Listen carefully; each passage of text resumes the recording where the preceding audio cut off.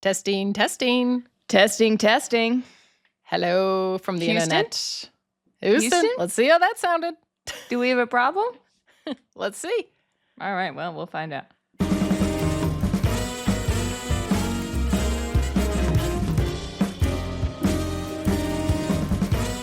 Hi, Charlotte. Madeline, good day. We are back, good lady. Oh, we have returned with another episode of your favorite program. Oh, I do declare. Oh, good. What is this? BritBox? I guess so. I guess so.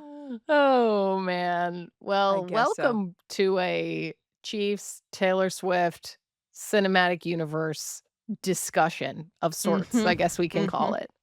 Yeah, I like that. It is. We're gonna talk about all the drama with the Chiefs this year. We obviously didn't talk about how Patrick Mahomes tore his ACL, or what Travis Kelce said about it, because that hadn't come out yet when we did our Tuesday episode. And also, we watched the first 2 episodes of Taylor Swift's documentary. Yes. About the Eras Tour. Well, before we get into the documentary, we got to talk about the Chiefs. The Chiefs are officially out of the playoffs, which, if you've been listening to Sports Gossip Show, we've been talking about how the Chiefs' vibes have been a little off, so it's not that surprising. And then on top of that, as you just mentioned, Patrick Mahomes, their quarterback, tore his ACL in the last game, which is and horrible. Awful. It was like the worst possible way you can. It was the end. So they were playing the Chargers. It was, I think there was like 1:43 left. It was what could have been the last drive. It was 13-16 and the Chiefs were down, but Mahomes was leading them down the field to potentially win, and save their hopes of being in the playoffs. If they lost, they were definitely out. If they won, they still had a chance. Long shot, but still had a chance. And he throws the ball and comes down funny on his knee. And it was one of those things where if you watch enough sports, you see it and you're like, well, that was his ACL. Yeah. I feel like the second I watched that happen, I was like, oh, that doesn't look great. I'm no doctor, but yeah, that doesn't look like a little tiny injury. Look, we don't have medical degrees. However, yeah, so that's devastating. And then the backup, Gardner Minshew, who is a favorite of mine, because he might still have a mustache, but he was like driving a van around and living in an RV for a while when he was with the Jaguars. Yeah, and he had a mullet, and just the vibes on the Gardner Minshew vibes in like 2019 were out of control. Elite. Also incredible name. Yes. Like 10 out of 10 name. Very good name. I met him at a Super Bowl party and took a picture with him years ago, and I'm smiling too much. Do you know what I mean? Yeah. You're like, this is too much of a smile for this guy? Yeah. No shade to him. No shade to Gardner Minshew, but like act like you've been there before. Yeah. Be cool. Be cool. So then Gardner Minshew comes in and he's leading the drive down the field. Looks great. He throws a bunch to Travis Kelce, which is exciting for everybody. And then he throws the last. That's all she wrote, folks. He threw a ball to Kelce. One of the Chargers hopped up and intercepted it, and that was the end of their season. It is a almost tragically poetic ending that it ended that way, with a pass that was for Travis Kelce in a season that many would argue he maybe shouldn't have done and retired at the end of last season. That it's such a bummer. And I think it was after that game, he's walking to the locker room and he like touches the wall near the locker room as he's going in. No. I don't know did you see this clip? No, he's like touching the wall, and it almost kind of feels like one of those, like, when they like pull some grass off the field one last time. Like it felt like kind of one of those moments. Obviously, we don't know if he's going to retire. Many assume he might. But it felt like a symbolic, like a touch of just like one last touch at Arrowhead on, like it was just sad. It's like in a movie when someone's getting on a train and there's someone on the other side and they touch the window and it's like, no, please. Yes, And wait, and I wait. the whole it's so difficult for any athlete to retire when this has been their whole life. It's so difficult for any athlete to retire on their own terms. Like, when you think of, like, Paige Beckers at UConn finishing her college career with a national championship win after she hadn't won one. Obviously, she still plays basketball, it's not a retirement situation, but it was the end of a chapter. That happens maybe 0.0001% of the time. Yes. Um, my question for you is, like, so I completely understand Travis wanting to go play again. Um, it feels to me like, I think before this season, I just kind of assumed this would be his last season because, he's 36. It's a grueling game. But now I wonder, do you think that he will be able to retire with that being the note that his career ends on? Here's what I'm gonna say. Yeah. He he couldn't retire last season when they made it to the Super Bowl, right? They Yeah. lost to the Eagles, but he couldn't re that to me is that was a pretty high note. You're going out in 2nd place for Yeah. in a game that most players never get to play in their entire careers, and he wasn't willing to retire after that. Do you know what I'm saying? You see what I'm getting Yeah. at? That I Yeah. feel like I feel like he's gonna play another season, and it's gonna be even worse. I And think so too. I love him, but I'm like, I don't know, I just feel like if he couldn't go out retiring last season when they lost the Super Bowl, which Yeah. devastating, but also you made it to the Super Bowl, you know?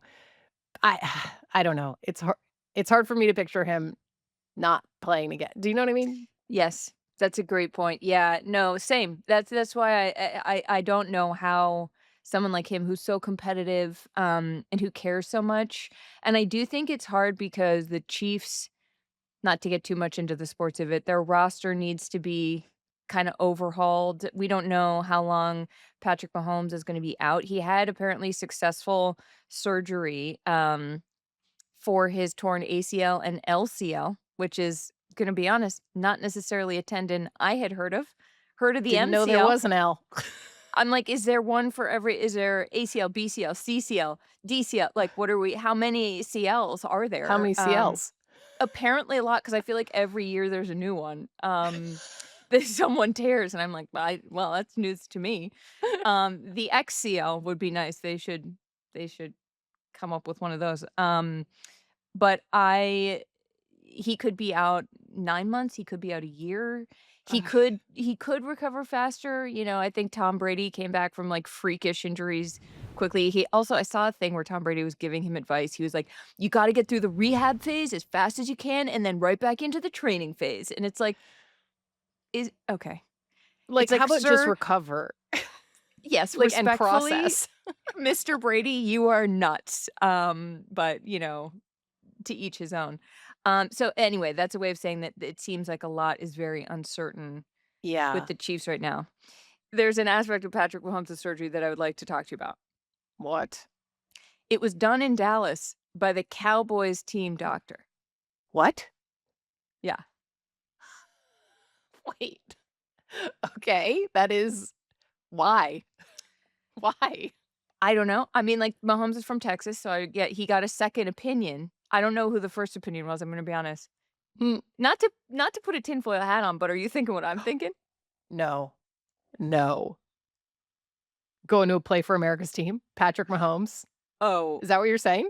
no, but that's way better Oh, than what I was thinking. It's way better. That's definitely what I should have been thinking. Can you imagine? could you imagine? I mean, Where would Dak yeah, Prescott go? well, I guess right. is the I question. I think there's a contract situation in there somewhere. Yeah. No, I was gonna say, like, do you think, I mean, is there a possibility of sabotage, or is that just too messed up? Oh, I think that's too messed up, feels like a HIPAA violation. Yeah. Yeah, sorry.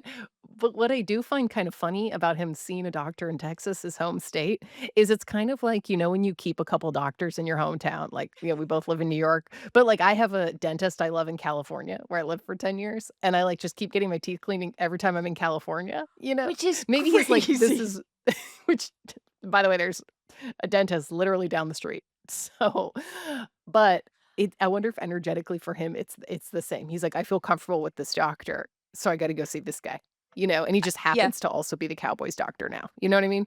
Yeah, I think that that is very possible. It's very much like late 20s, early 30s energy, which Mahomes is, Yes. where you're like, Yes. "Okay, I know I'm gonna be home for Thanksgiving, like, might as well hit up my pediatrician," and the pediatrician is like, "You aged out 10 years ago," and you're Yeah. like, "But I don't know what else to do." Yeah, it's like that sad year when it's, like, the last 6 months being on your parents' insurance. I mean, l Devastating. more devastating than any breakup. Oh, devastating when that ends. I Oh, don't understand can I take cook. question for the class. You know, you if I and this is revealing something about myself that is potentially embarrassing, but that I'm willing to put out there for the sake of content. If I'm still on my parents' cell phone plan at the age of 36, tell me why you cannot continue to drift on whoever's coattails you get health insurance, obviously completely messed up in this country. I would argue you should be able to be on anybody's health insurance plan that will pay for you. Yes, I love that. Yes. Yes. Okay, well, Yes. Make it happen, we government, fixed it. because the government likes to move quickly on things. I'm sure They they'll do, get they right on love it, especially healthcare. they love to help their citizens too, Oh, yeah, famously. especially healthcare. Love helping people with healthcare. Um, Um, okay. wow. Well, the other Chiefs thing I was gonna say Mhm. is the Chiefs are still playing in the Christmas Day game against the Broncos, which I know Roger Goodell is beyond bummed that this is the outcome. Not only is Patrick Mahomes not gonna be playing, Oh, you're Taylor so Swift, right. she's been at games. We'll get to Taylor Swift, but she's not really shown on TV anymore at games, so she may request to not be shown. Travis Kelce's not picking up passes. It's kind of like a depressing marketing moment for the NFL to have, like, the Chiefs who are out of the playoffs. They're, like, their biggest pop culture-y crossover team for football fans and maybe pop culture fans or music fans, and they're playing in this game that, like, basically it doesn't matter for the Chiefs. Oh my So god. and it has their backup quarter like, it's just what a bummer. What a Christmas Day. Oh. What's the opposite of a miracle? Nightmare? Nightmare on Nightmare Christmas? Before Nightmare on Christmas. Also, you know who's really just super bummed about this is Who? Ted Sarandos, because the CEO of Netflix, because Netflix has these Christmas Day games. Last year, they brought up Beyoncé, which felt a little bit like an FU to the Super Bowl because it's like we have Beyoncé for a random Texans game, which I know she's from Houston. I get the connection. It was an unbelievable performance, Cowboy Carter forever. Yes. Um, but no, I that's bleak. You know, Travis, I was listening to the New Heights episode that he and Jason did about this. And I something, it's funny because when I watched Mahomes go down and I watched the end of their season, even though they have three more games, I was like, you know, how is he gonna talk about this? I was like, "Are they going to have a New Heights episode about this?" Like, this seems like the wound is so fresh, and I think it is probably a strange thing to have to narrate your own experience as you're going through it rather than have a second to think about it, to reflect on it, and I admire Travis and Jason, he did this when he was playing. I admire them greatly for never skipping an episode. Um when it's hard to talk about things. I think that that Yeah. is very impressive. I think that a lot of athletes also when you're an athlete, you are entitled to really kinda do whatever you want when it comes to the content side of things, and whenever I had interviewed Travis at the Super Bowl before the Chiefs were good, he always was so respectful and, like, gave me so much more time than he had to, and it feels like he's still doing that for his own audience, Mm. and do you know what I mean? I just think there's something impressive about that to me. Yeah, well, and it says it's like he doesn't owe anyone anything, and to be able Right. to give that to people who are his fans and who listen to his podcast, I think is really nice and also pretty rare. That, like, he Yeah. very easily could just be like, "I'm going dark. I'm bummed out. Like, we're out of the playoffs, and I don't wanna talk to anyone about anything for weeks," which also would be Yeah. understandable, you know? Yeah. So I do think it's a nice move and says a A lot about him. I think so too. I also think what he said was really interesting because, he talked about how he said, "We lost our quarterback, Patty Mahomes, our guy, our brother, our fearless leader, face of the franchise to an ACL. It's never easy seeing your guys go down." He also talked about how they had a lot of other guys get hurt. Um, This was the part that I thought was very impressive, but he said, "We have 3 games left, and the integrity of who you are as a professional and as a player basically comes through in these moments." He was like, "We Mm, are gonna keep giving Chiefs Kingdom everything we have in these last couple games. Obviously, it's not how we wanted it to be, but, there's such a." I feel like in the New Heights episode that Taylor Swift did with them, she said, "He's a human exclamation point." And for him to have, like, the worst end of possibly his last season where the quarterback, who's also a very close friend of his, gets hurt, for him to then say, like, "But I am still a professional and I'm an entertainer essentially in my yeah. job." Like, I am beholden. It's how we feel about our shareholders. Like, we're beholden to put the best product out there. And for him to say that, I just came away very impressed with how he handled the whole thing.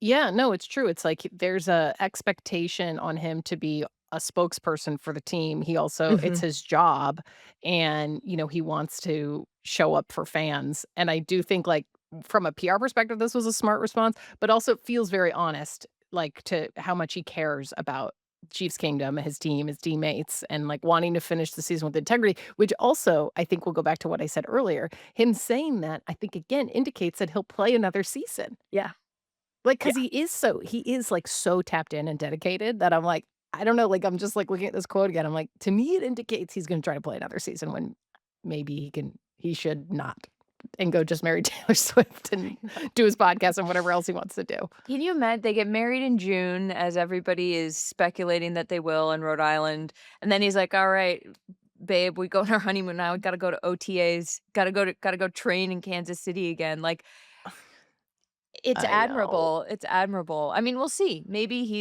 he'll I don't know, I don't know. Yeah. Something we do have to talk about is I thought it was interesting that at this game, it felt like maybe Taylor was taking into consideration that this could be kind of the determining game because she's brought friends to a bunch of the past games, like, when you were in the Galapagos, part of my little monologue Which was, I how loved. thank you so much, how Lena Dunham and Selena Gomez were there with her. This time, she was only there it was Taylor Swift, it was Travis's brother, Jason's wife, Kylie Kelce, a few of their daughters, and then Taylor Swift's mom, Andrea, and Travis's mom, Donna Kelce, and so it felt like it was a family affair. It was very cute. Taylor was holding her soon-to-be nieces, and talking with Kylie. Body language looked great, I will say. Yeah. Great body language. Yeah. The vibes looked good within the Kelsey Swift family. Yes, yes, but it Um felt like there was an understanding of the magnitude of the outcome of this game. Yeah, which maybe then obviously I mean, listen, they're his family, so they know better than we do. That maybe he is retiring and this was like they knew could potentially be Oh, his one of his last home games. So they knew, interesting, and that's why it was more of the family presence than the friends. interesting. Just saying. I don't know. Wow, I don't know. wow. Um Well, I think this is a good time to segue into Yes. the Ooh. documentary. Tell me tell me your initial reaction when you were watching the first 2 episodes. My initial reaction was, and I think I said this to you, was Taylor Swift runs the Eras Tour, her team, like an NFL organization, but times 100, and so much better and so much more effectively than a lot of NFL organizations and teams. Yeah, that was my takeaway too. I think we said the Yeah. same thing to each other because Yes. it's and for anyone who doesn't know what the documentary is, it's about the Eras Tour, and sort of the behind the scenes of it, and Taylor Swift is a master of showing you just enough that you feel like you know her and you feel like you are inside of something very special, and she knows where her bounds are, when it comes to doing anything behind the scenes, and she does not pretend that she's doing anything she isn't. No. No. No. It's like you know what you're getting. You're so right. It's like it's almost like you're breadcrumbed with getting some personal moments. Like one of my favorite moments, I think it was in the first episode, maybe it was in the second, but I think it was in the first, when she's drawing a bath for herself and taking off her eyelashes in her hotel room, and she's like, I decompress, it takes me hours to fall asleep, and I sign all these CDs and blah, blah, blah, blah, blah."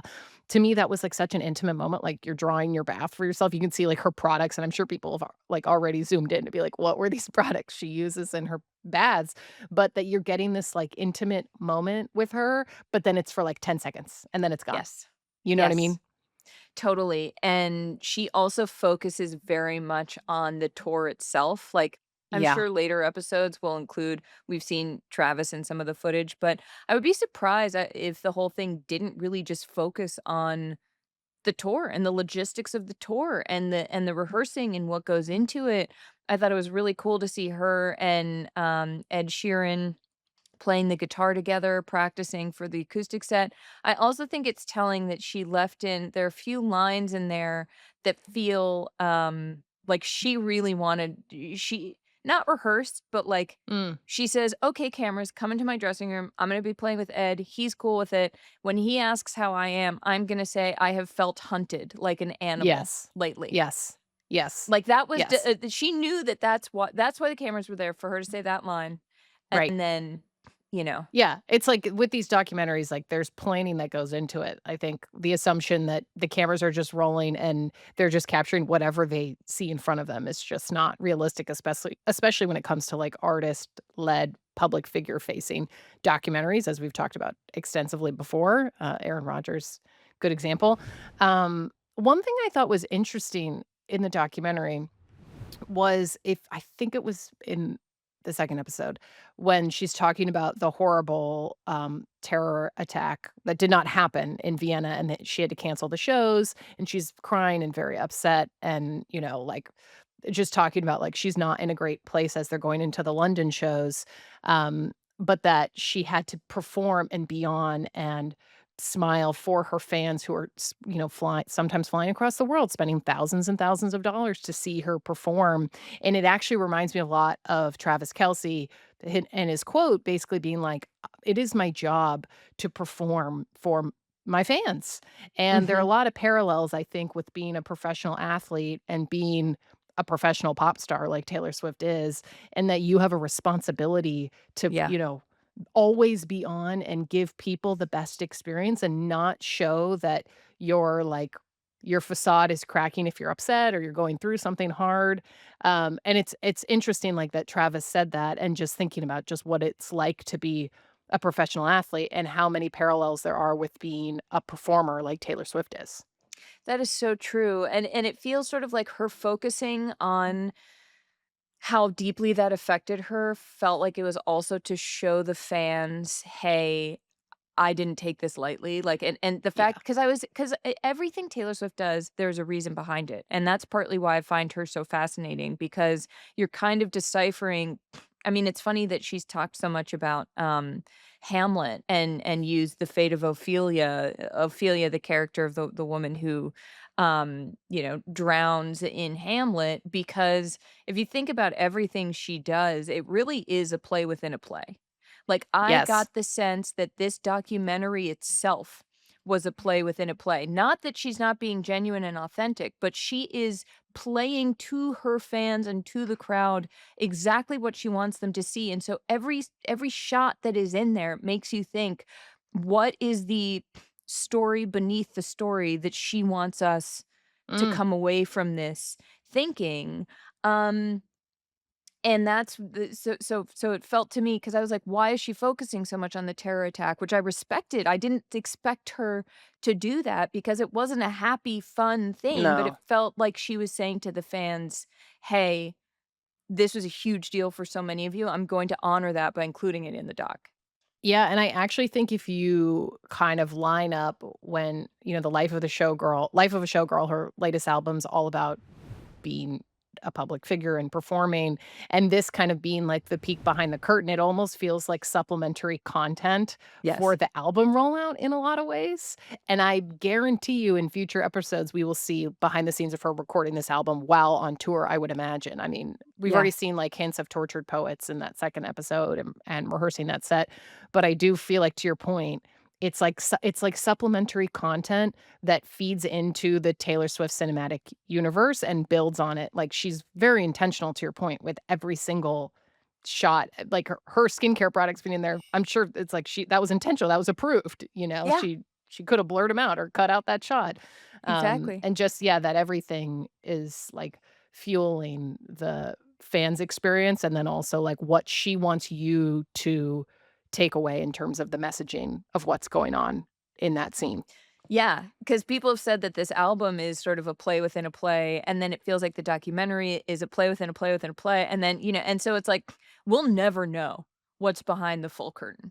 Like, she's No. peeling back curtains, curtain, and there is one in, like, the curtains extend to, like, a warehouse in New Jersey at this point, and that's, like, Yes. that's where the truth is, and we're never gonna see it, and I respect that. I also think that the kind of the things she chose to show, again, very intentionally, when she gave the bonuses, to her dancers, she put them all in these beautiful envelopes, wrote a personal letter to everybody, stamped them with wax, which takes a very long time. I mean, I think she said it took her 3 weeks to write all of these notes. She also like, the PAs, the production assistants on the tour got bonuses. The truck driver got $100,000 bonuses each. But the fact that she included the scene where the dancers get their bonus and they have, like, full on asthma attacks, like, someone needs Yeah. their inhaler, makes you think, "Okay, so this wasn't just, like, a couple $100,000, like, these checks were for millions of dollars," and when you think about that, it's like, "Okay, why did she choose to show it?" And I've seen a lot of people online say, "Well, this is just PR to make her look good," and I do not think that's the case at all. I think everything she's doing here is trying to set a precedent within the industry so that other artists who gross billions of dollars on tour, when they don't give their dancers millions of dollars of a cut of that, that those people, because she says, like, "This show wouldn't be a show without you guys, so I'm going to compensate you for it." It feels like a very political statement of, like, pay people what they're worth, and you can't do this alone, and her saying, "I know the weight I carry in this industry, so, like, everybody else get in line, like, Yeah. figure your lives out, pay your people." Yeah, I 100% agree. It's in the same way that she talks about in the documentary that she continued the tour and was pushing and pushing, doing more shows to buy back her masters, which Yes. also was setting a precedent in the music industry about owning the rights to your music. And she obviously went and did that. And a large reason she was able to finance that was because of the Eras tour. So it's interesting. It's all connected. It's like she's setting a precedent for musicians Mhm. for when they're signing these contracts, like, to try to own their masters. Obviously, newer artists do not have the power that Taylor Swift has, of course, to be able to demand that, but to be able to set that precedent, and then in addition, be able to use the money she makes from the tour to pay the dancers to also set that precedent within the entertainment industry is very smart and calculated, but also, I think, speaks to what Taylor Swift's like, what she wants her legacy to be, I Yeah. think, in entertainment, in the music industry, in the public eye. People have lots of opinions on her, but I do think she is very smart about how she's trying to be perceived in the public. Yes, and what she's trying to force other people to do by doing the right thing. Like, Right. I one of my favorite things was that the doc, I think it was the 2nd episode, goes into the lives of 2 of her dancers. One is Cam Saunders, who is, this amazing, vibrant presence on the tour that any Swiftie knows. And another was one of her dancers, Amanda, who's also, a choreographer and had retired from dancing, and Taylor was like, "Would you dance again for us?" And she said, "Yes." And the fact that Taylor Sw I mean, I was very moved because obviously we don't know Taylor as a person. We probably never will unless, the sports gossip show is a real change of fate somewhere along the way. Come on the show, Taylor. Exactly. Come on the pod. But what she's choosing to do, she knows millions and millions of people are gonna watch this doc. The fact that she chose to give us dedicated segments of these people's lives with photos of them as children, Cam with his mom talking about the sacrifices she made for him, she did not have to do that.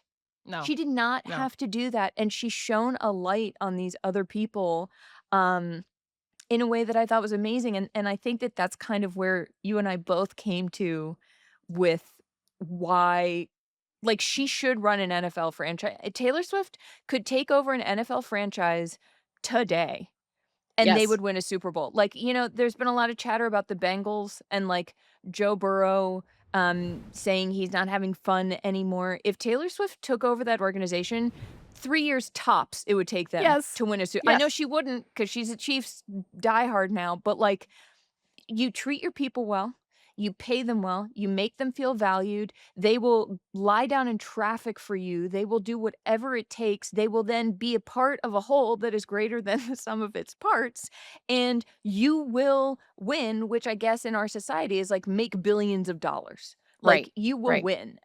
Yes. It is such simple management of, like, treat people well, and they will work very hard, and everybody will benefit. Yeah, and I think what do we always say on this show? We talk about how important vibes are within an organization from the players to management to the ownership. And if the vibes are not there and there's not camaraderie, it often means the team's not going to perform as well on the field. And I think the business of Taylor Swift and Taylor Swift as a boss knows how important the vibes are and to keep people happy. And if you're Yes. keeping people happy, one, they want to stay working for you, but two, they're into whatever your vision is and they trust your vision. And if Yeah. there's no trust, I think that's when there are all of those issues, and you hear about these horrible horror stories either on NFL teams where there's, like, trust issues or in, like, the entertainment space when artists are, like, trying to do something and then people are pushing back and they're like, "That's too hard, we don't have enough time." Like, the lighting, they want some crazy lighting and it can't happen, or a coach is trying to run some crazy plays, but if you have the trust there and the Mhm. vibes are good, things are all good for everyone. So Taylor It's so Swift, true. buy an NFL team. Honestly, like or take over the NWSL and, like, pay Trinity Rodman what she's worth. I don't know. Wait, Like, yes. it also the contrast with that scene, the fact that she performs in stadiums that are usually dedicated to athletics too, Madeline, I was like I kept seeing when she gives her dancers these bonuses, they're flipping out. I kept thinking of how the Bills owner, Terry Pagula, has fans. He's like, "Hey, you get to come shovel the stadium out when it snows. What a fun thing." Which is like trying to tell a kid, like, "Don't you like mopping the floors? Isn't that exciting for you?" Like, the stark contrast between and obviously, look, the Taylor Swift doesn't pay her fans, like, I know that's Sure. different, but the spirit behind it couldn't be different, more different. Well, I actually think what Taylor Swift is giving, to your point, is she gave her fans, as she talked about in the documentary, a 3.5-hour show. They could have gotten a Yes. 90-minute show from her, and she said, "This is what I'm doing for my fans who are paying all of this money. You're not gonna have to sit here and just pay all this money and you get an hour of me, and that's it. You're getting 3.5 hours of me through my entire catalog, so you don't have to shovel snow. You're getting, like, snow angels built in front of you the entire concert. That's what I'm Truly. gonna give you." Yeah, I'm gonna give you heaters, actually. And For the each fact that person. yeah, everybody individual. The fact that she said too is as she's leaving a show, she's like, In the past, I've left tours feeling like, did the fans get what they deserve? Did I serve them well?" And she was like, "I've never left an Eras Tour show and wondered, did it?" And, to some degree, you could also argue like, "Well, Taylor, you hope you're taking care of yourself too, because I what you know. did is pretty psychotic complimentary." Um, Yes. No, I but, know. like, she's doing it. No, she is. One thing I wanna go back to that you said about the dancers is, you mentioned that they had all these photos of them as kids and showing kind of their journey to get there. And one, obviously, if you know anything about Taylor Swift, you know this, but for people who may not, like, she started performing at a very young age, was dedicated from a very early age. Her parents moved to Nashville so she could, fully dive into her singing career at a very young age. It's very similar to a lot of parents who make sacrifices for the kids who are student athletes. And it's Yes, wow. interesting the parallels of, like, if you think about these kids, they start really young, their parents sacrifice so much for them to do something that the odds are stacked against them to make it, which both the dancers and Taylor talk about in the documentary. So again, not to just, like, bring this back to sports again, but I think about, like, when you watch, like, a 30 for 30 about a student or, like, an athlete or something, they're always starting from the childhood and all the sacrifices that they made, Yeah. their families made, some people move, like, you are sacrificing so much for this, like, tiny, tiny slim chance that you're gonna make it, and I think, again, just reinforces the parallels between the sports world and pop culture and entertainment, that these people are sacrificing so much for just, like, a lottery ticket that they may not win. Such a That's so true. That's such a great way of putting it, and I think it's no accident then that a lot of what Cam, the dancer, talked about was how he and his brother came up in parallel tracks, and his brother was really into football, his brother played in the NFL, his brother was teammates with Travis Kelce on the Chiefs. He won, Yeah. I think, 3 Super Bowls, Yeah. and so to have those parallel I think it was also, very savvy branding on Taylor's part. Obviously, I'm not saying she was using Cam in any way. I just think it's not an accident that she chose to highlight a dancer who also has a family member who made it in sports to exactly to your point, which is that it's both impossible to do what they did. Yeah. And the opening shot of the documentary is Taylor at the last show in Vancouver saying to her dancers and her musicians, her bandmates, "You have all chosen a profession in which everyone that you've ever talked to, people whose advice you hold dear, have told you, if there's anything else you can do, do it because this is impossible. And here you Yeah. are at the top of your game." And then for Cam to then focus on him and his brother and the sacrifices his mother made for both of them. I don't think obviously nothing is accidental with Taylor, and I think that it is not accidental at all, the direct parallels she keeps bringing back to the NFL because in the New Heights thing, she remember we talked about how she was, like, bringing a feminine energy into NFL Yes. stadiums, and she said, "You Yes. and I have the same job, but yours is called a practice, mine's called rehearsal, yours is the locker room, mine is the dressing room, but it's the same thing." Yes. No, it is. Exactly. No, you're so right. I feel like she's been kind of dropping Easter eggs about the parallels prior to this documentary coming out. And my question for you is Yeah. there are 4 more episodes, right? I think it's 6 episodes. What is your prediction for how the rest of this series is gonna unfold, and how much of the kind of Travis Kelce NFL elements do you think will play into the next couple episodes? It's a great question. I'm so fascinated to hear what you think too. I think the more I think about it and the more we talk about this, the more it feels like Taylor is trying to incept everybody to take entertainment and women's work as seriously as they take sports and men's work, Yes. honestly. I Yes. also I think that everything she does is very much, subtly getting into fans' heads one of these things should not be valued higher than the other. So I think that we'll see a lot of Taylor because again, there's a scene where she calls Travis and she says, "You have Coach Reed, I have my mom. We have the same job." Like she's basically hammering this message home. I feel like that is the main takeaway she wants us to receive from this doc. So I think we'll see a lot of Travis um as it pertains to how their jobs are similar. I think that there's gonna Yeah. be a lot of focus on that professional aspect of both of them. Yeah, no, I think that's accurate. That was my number one thing I think will happen. The other thing related is and I don't even think this will be necessarily explicit, it'll just be the viewer's interpretation, is what it means to operate an organization at a level of excellence that Mhm. most organizations do not operate at, and I'm talking about the organization of Taylor Swift, like the Yes. business of Taylor Swift, and that how much effort it takes to be at the top of your game Yeah. and be able to have people who work for you who believe in you and treating them right and how important that is and how all these people matter in making your business successful, and I think that that will be kind of a side storyline, almost like like a business an MBA crash course Yes. in how to run an organization well via Yeah. Taylor Swift. Well, you're so right because again, in that same opening sequence where she says, everybody who's doing this right now has been told it's impossible. She also says the pieces didn't fall into place. We put them there, which is again a Yes. line from one of her songs off of Reputation, like and the pieces fall right into place. She's like, "No, no, they don't. It takes so much blood, sweat, and tears to Yeah. make these pieces go together. Right, and another way she showed that too in that second episode, showing the rehearsals for Tortured Poets department, she talks about explicitly that those rehearsals happened during their break, their 2-month break, and that to have dancers who were willing to be like, "Fine, we'll change the choreography," and, like, Mandy Moore, the choreographer, not the actress, different Mandy Moore, Yeah. who's amazing, by the way, that we're willing to take our time during this off season, essentially during the off Mhm. season, to Yeah. train and rehearse to Oh create my an god. entirely new show that you're gonna show to millions of people in stadiums that are sold out around the world. That also takes, 1, a level of trust, but 2, excellence from the top down for people to be like, "Yeah, we wanna put on the best show for our fans that we possibly can." And I think there's a lot of lessons you can take away from that message.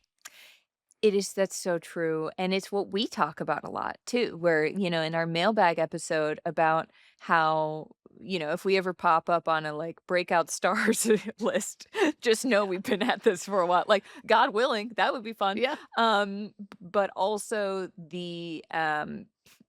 to do anything well, simply there is no shortcut around the amount of work it's gonna take, and I think you're exactly right that that is something she's clearly hammering home. Also, I think I don't I'd be curious to hear what you think of this theory. Obviously, in the Miss Americana documentary, Taylor was very outspoken about politics, and she talked about how mhm, she didn't wanna be silent anymore, especially when she saw, I think it was Marsha Blackburn in Tennessee, who is very anti LGBTQ plus rights and how she had an obligation to speak up. And then during the 2024 presidential election, Taylor posted, "I'm voting for Kamala Harris." Obviously, do your own research, but like these are the values I stand for. And people have since criticized her for being quiet.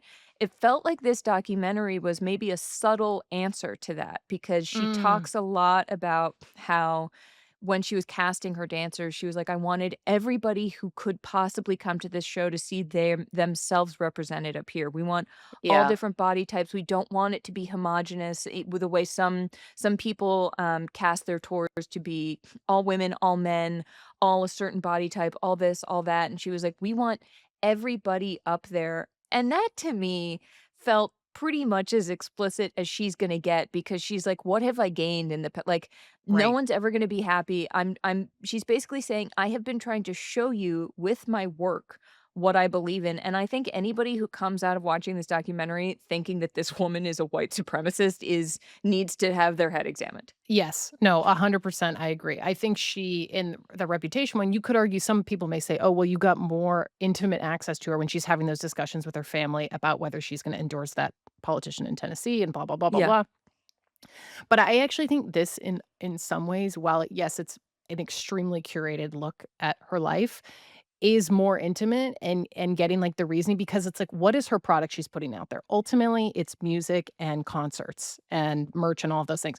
But if the main product you're looking for is going to see her live and you're seeing a bunch of dancers who look like different people, then I think that's a way also to subvert people. Be like, "Oh, right. People cannot look like me, and I can still want them to have the same rights that I have." It's like it's that's not explicitly said during a concert, obviously, but I do think to your point, that is, like, such an intentional message and in a lot of ways more impactful than, like, showing her talk about the political stuff because it ended up, like, not having the effect that she wanted. Yeah. So it's a different approach, but I do agree, I think it's more effective. It also reminds me of something that Jennifer Lawrence said recently, where, the actress, she's produced a lot of documentaries highlighting injustice and people who are trying to, um, advocate for human rights and combat all of the dark forces at play in our world. And she said something like, I want to let the work speaks for itself because nobody cares when a celebrity speaks out. She's like, Yeah. all I want is for people to see the work and let the work influence them. And it's funny because she got some backlash for that, and I don't fully know where I stand in terms of, like what's the right approach.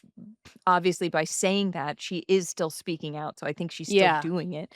But it Right. feels like a lot of celebrities now and athletes maybe, Mm.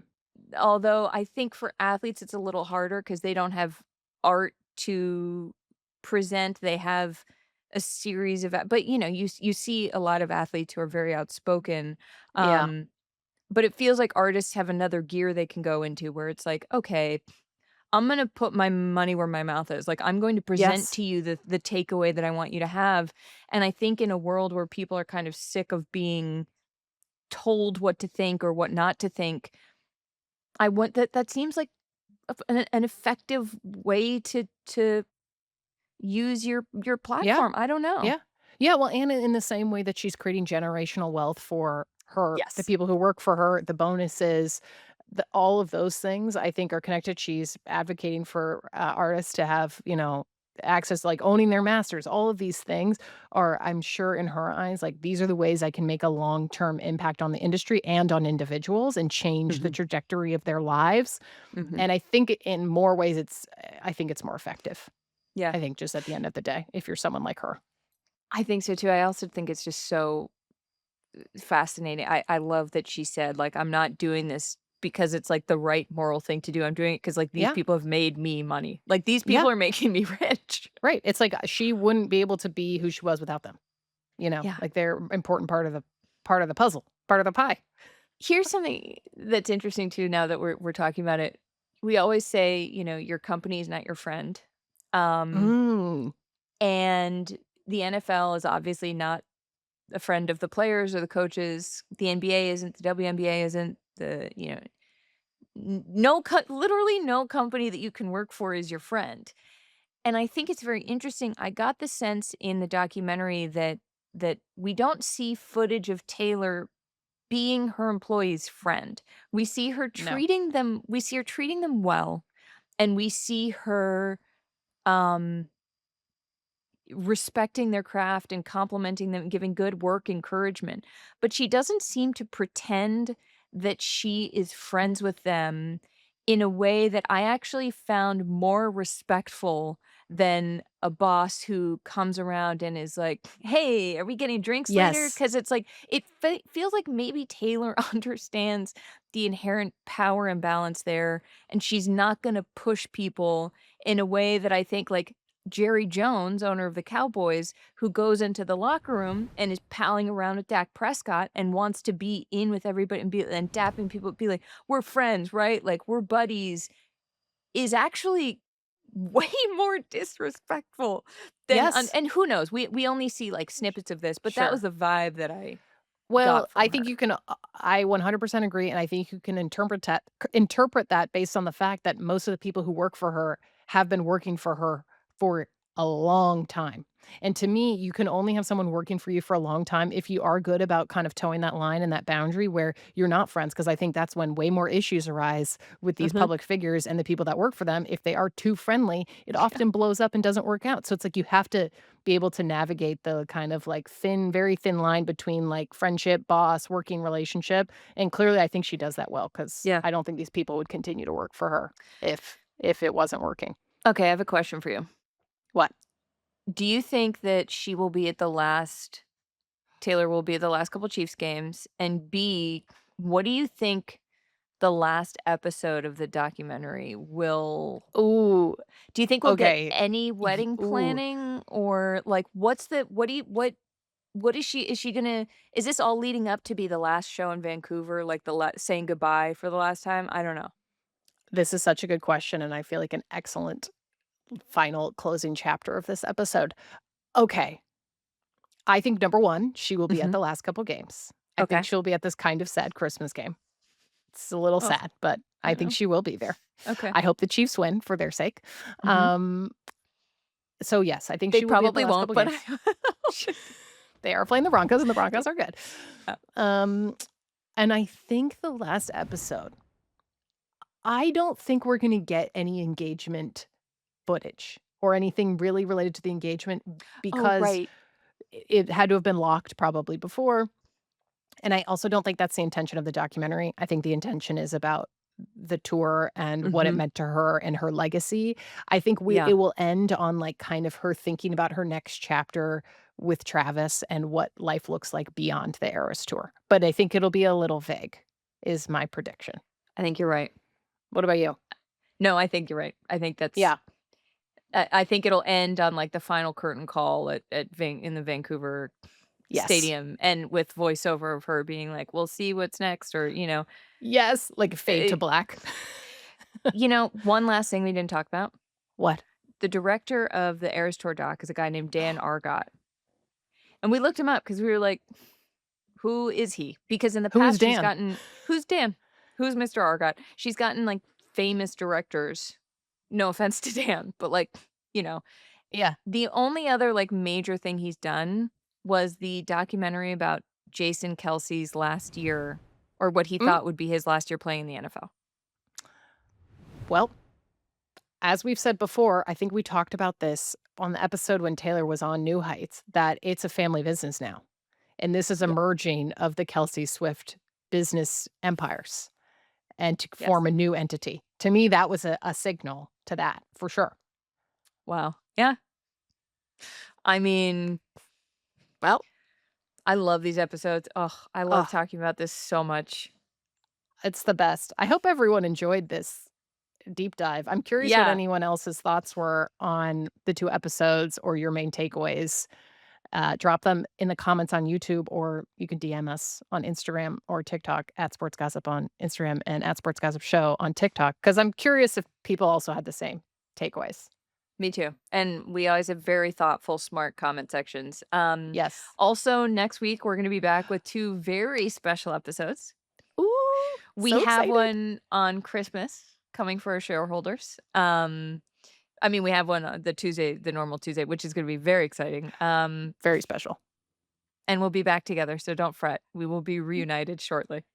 Reunited, and it feels Reunited. so good. As always, please rate and review, like, and subscribe. It makes a huge difference. You can subscribe to our Substack at sportsgossipshow.substack.com. Follow us on Instagram, as I already said, at Sports Gossip, and TikTok at Sports Gossip Show.